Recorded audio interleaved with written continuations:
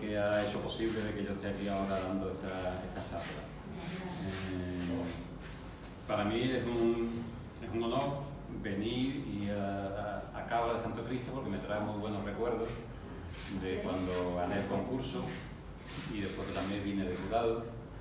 Entonces, pues, para mí es un sitio especial, porque fue uno de los primeros concursos así importantes que gané, y a partir de ese momento pues también tuve cierto recorrido en mi carrera, digamos, fotográfica, ¿no? Entonces, pues nada, pues encantado. Entonces, esa necesidad sí existe, ¿no? Y lo único que hay que encontrar es ese instrumento que se adecue más a tus capacidades. En un principio yo empecé escribiendo poesía, algunos relatos cortos, incluso alguna pequeña obra de teatro, pero bueno, eso fue en la adolescencia, mi primera juventud y demás, ¿no? Y tuvo un desarrollo pues no tuvo mucho recorrido, ¿no? Entonces, en el fondo, yo lo único que hice fue cambiar, no me gusta decir lenguaje, porque también después hablaremos porque la fotografía para mí no es un lenguaje, pero sí cambié el instrumento, ¿no? Cambié el instrumento, pero en cierta manera no hice casi ningún cambio, porque palabra e imagen son más o menos las dos caras de la misma moneda, ¿no? Porque, aunque eso después lo hablaremos, ¿no? Vale. Entonces yo, pues como Santo Tomás, que decía que lo que había era que contemplar y mostrar lo contemplado. Entonces, el siguiente paso es la búsqueda de la materia prima, es decir, esto digamos el plano ontológico de la fotografía, es decir, el plano ontológico de la fotografía, del ser de la fotografía, la materia prima de la fotografía es la realidad, es decir, no hay otra. Esa realidad tú la puedes escenificar, es decir, controlar, intervenir, o plasmarla tal y como se desarrolla, ¿no? Sin intervenir sobre ella, ¿no? Entonces, esa búsqueda, para mí, yo hago una lectura, después hablaremos de la lectura, entonces hago una búsqueda aleatoria de las localizaciones que me pueden interesar, ¿no? Y localizaciones que no van a tener una referencia concreta, ni temporal, ni espacial. No quiero que se reconozca el sitio, ¿no? Precisamente para después lograr que sea en cierta manera poética, ¿no? Y lo único que controlo es la variable espacial, porque claro, yo me coloco en un sitio concreto, me llevo horas y horas en ese sitio concreto, donde hay cierta elocuencia, digamos, del espacio, ¿no? Urbano casi siempre, y después lo único que controlo es ese espacio urbano hasta que ocurren cosas. Vale. Pasamos al siguiente punto, la lectura y construcción de la imagen, que es, digamos, el plano morfológico semántico, ¿no? Que es donde tú ya esa materia prima la plasmas de una determinada manera, es decir, no la plasmas arbitrariamente, sino que tú la estás plasmando con una intencionalidad. Si tú ya estás componiendo esa imagen y estás descartando otra y estás parcelando la realidad, ¿no? Entonces hay que tener, o yo intento, una observancia, digamos, empática de esa realidad para aprenderla, ¿no? Que yo lo resumo en sentir lo que ves, es decir, tienes que sentir lo que ves. En el fondo es casi un acto de amor al otro, o al paisaje, o a la realidad que sea. Y después de sentir lo que ves, no te puedes quedar solo en sentir lo que ves, porque hay gente que siente una barbaridad, pero después no lo materializa de ninguna manera, se queda solo en el mero sentimiento. Entonces después hay que darle forma a eso que ves. ¿Forma cómo? Pues hay que darle una forma, pues componiendo estéticamente, ¿no? Con las coordenadas estéticas que tengas, pues tienes que componerla. Bien, esto es como yo hago un símil a mi manera de ver la fotografía, como que la realidad se conforma como un texto, ¿no? Con múltiples autores, ¿no? Y cada autor lo escribe de una manera, en forma de prosa, en forma de poesía, de ensayo, ¿no? De teatro, de dramático, o lo que sea. Entonces yo, de esa realidad que hay miles de autores que están conformándola, yo rescato una parte en forma de prosa, por ejemplo, o en forma de poema, o en forma de ensayo, ¿vale? Y la resignifico. Al apartarla del resto, yo la estoy resignificando, ¿no? Propiamente, ¿vale? fin, hay muchas maneras de decirlo. ¿Cuáles son las características de esta forma de hacer fotografía? Que es la que yo hago. Tiene una serie de características que la he resumido.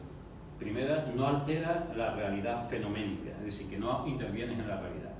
Es contingente, es aleatoria, es efímera, es impredecible, no tiene referente, los referentes espacios temporales pueden ser a diferente nivel, pueden tener mucho o poco, es irreversible, es decir, ahí está la frustración del fotógrafo de calle, digamos, que sabe que si no coge la toma, la ha perdido para siempre, es decir, que es irreversible.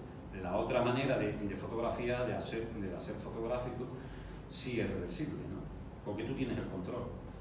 Y aquí lo que hay que tener es cierta capacidad para visualizar escenas, composiciones, que forman la propia realidad. Es decir, tú tienes que tener una capacidad para ver cuándo la realidad se está componiendo de una manera estética, ¿no? O formalmente, ¿no? Después, la temática y el proceso conforman e inducen a la idea y al concepto. Es decir, la idea está subordinada a la realidad. Si tú no tienes una idea y subordina la obra a esa idea, no, lo contrario.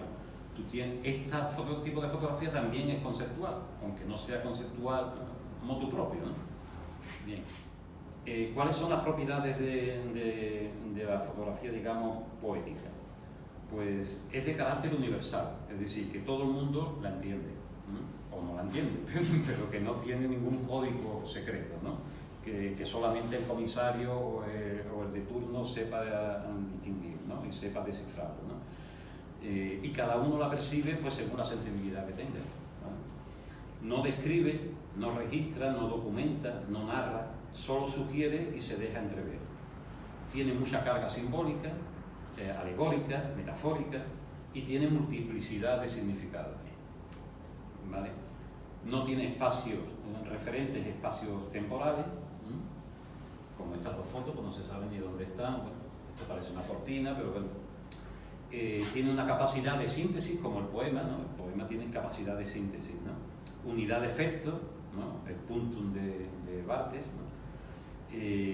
Hace visible lo invisible, bueno, eso ya hay que tener mucha imaginación, ¿no? Pero bueno, puede hacerlo, ¿no?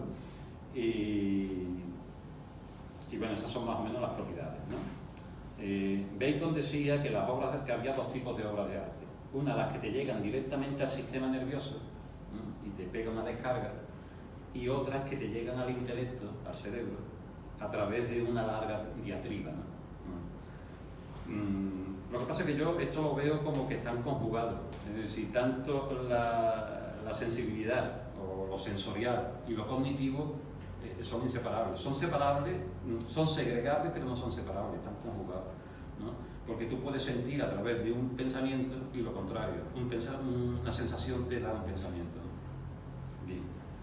De hecho, el padre Suárez, un escolástico español, dijo que nada hay en el intelecto que no provenga de la sensación, ¿no? Bueno, ya nos queda poquito. Y después vamos a pasar a lo visual de ausencia, que ya podéis dormir ya tranquilamente, sosegadamente, y después yo hablaré ya de cómo se desarrolla este trabajo de ausencia, ¿vale? Porque esto es el tema que, digamos, no más espinoso, sino que, bueno, que la fotografía yo siempre la he visto como muy limitada. No sé si es un arte o no es un arte, esa distinción ya no tiene mucho sentido tampoco. Y después hay artes que son meramente adjetivos, es decir, que tampoco, sí que están siempre al servicio de, ¿no? Antiguamente de la religión, ahora de la política o de la ideología dominante, ¿no? Entonces, un arte tiene que ser sustantivo, es decir, sustantivo ¿por qué? Porque trasciende, es decir, trasciende su tiempo y se incorpora al sustrato cultural de esa sociedad, ¿no? Entonces, que la fotografía lo logre, puede lograrlo, ¿no? Yo no digo que no, lo que pasa es que lo tiene más difícil que otro tipo de artes.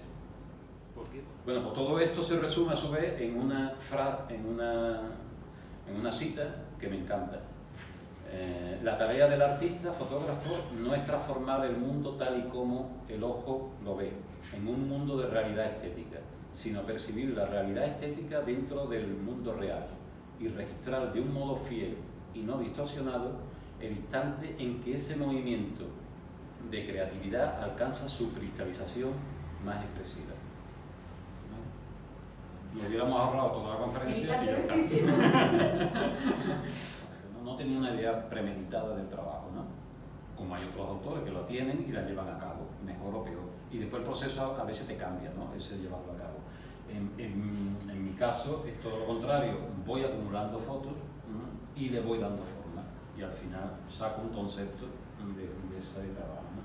Entonces, cuando te dicen que en los retratos hay composición, para mí un retrato no tiene composición, porque no hay elementos. Es decir, los elementos son los propios del retrato, es decir, del rostro de la persona. Sí, la composición es la fisonomía de la persona, es decir, la distribución de los ojos, de la boca, de la nariz y demás. Es una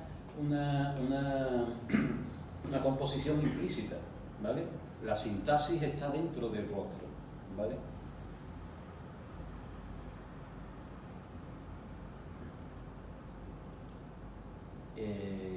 La intencionalidad poética, lo que comentábamos antes, lo que hemos ido comentando desde el principio, subvertir, sin darle la vuelta de revés a la realidad, con sus propios elementos, con las capas, ¿no? Cristal, lluvia, noche, iluminación, y convertirla, esa imagen, en metáfora de sí mismo, es decir, una imagen abstracta, una imagen metafórica de sí mismo, ¿no? Digo aquí, el libro es como una composición musical, con melodía, con tono, con cadencia, con pausa, y las fotografías son como las notas y los acordes que la configuran y marcan el sentido. Aparte que el libro te lo puedes llevar a casa, es como una exposición de bolsillo, ¿no? Entonces no tienes un tiempo limitado para verlo, puedes verlo delante, de atrás, de atrás a adelante, el tiempo lo marcas tú y después es material, es decir, que tiene no que tenga, tiene tacto y tiene incluso olor, ¿no? Y lo importante, si la imagen no habla por sí misma, me quedo con la palabra y el relato, y su relato, perdón. Si la imagen y la realidad no se diferencian, me quedo con la mirada que la significa y la interpreta. Si la imagen no ilumina y revela la sombra por un instante, me quedo con la eterna penumbra de lo conocido. Si la imagen no es única e irrepetible, me quedo con la idea soñada de su forma. Y ya está.